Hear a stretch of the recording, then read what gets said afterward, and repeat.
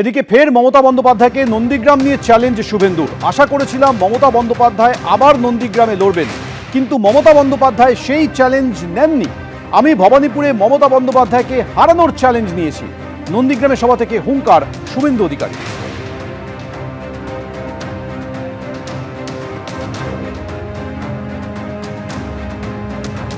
মাননীয় নাট্যকার মমতা ব্যানার্জি, আমি চেয়েছিলাম আমার বিরুদ্ধে আবার লড়ুক, কিন্তু তিনি সে ঝুঁকি নেননি। নেড়া একবারের বেশি বেলতলায় যায় না।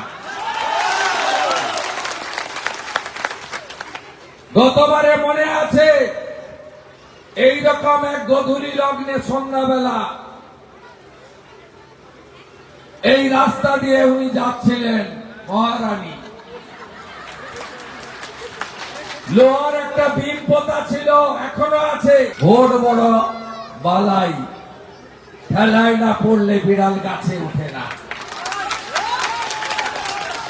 দরজাটা খুলে ফেলেছেন, লোহার বিমে লেগে আবার ফিরে এসে পায়ে লেগে থাকতে পারে। কি নাটক, বাপরে বাপ!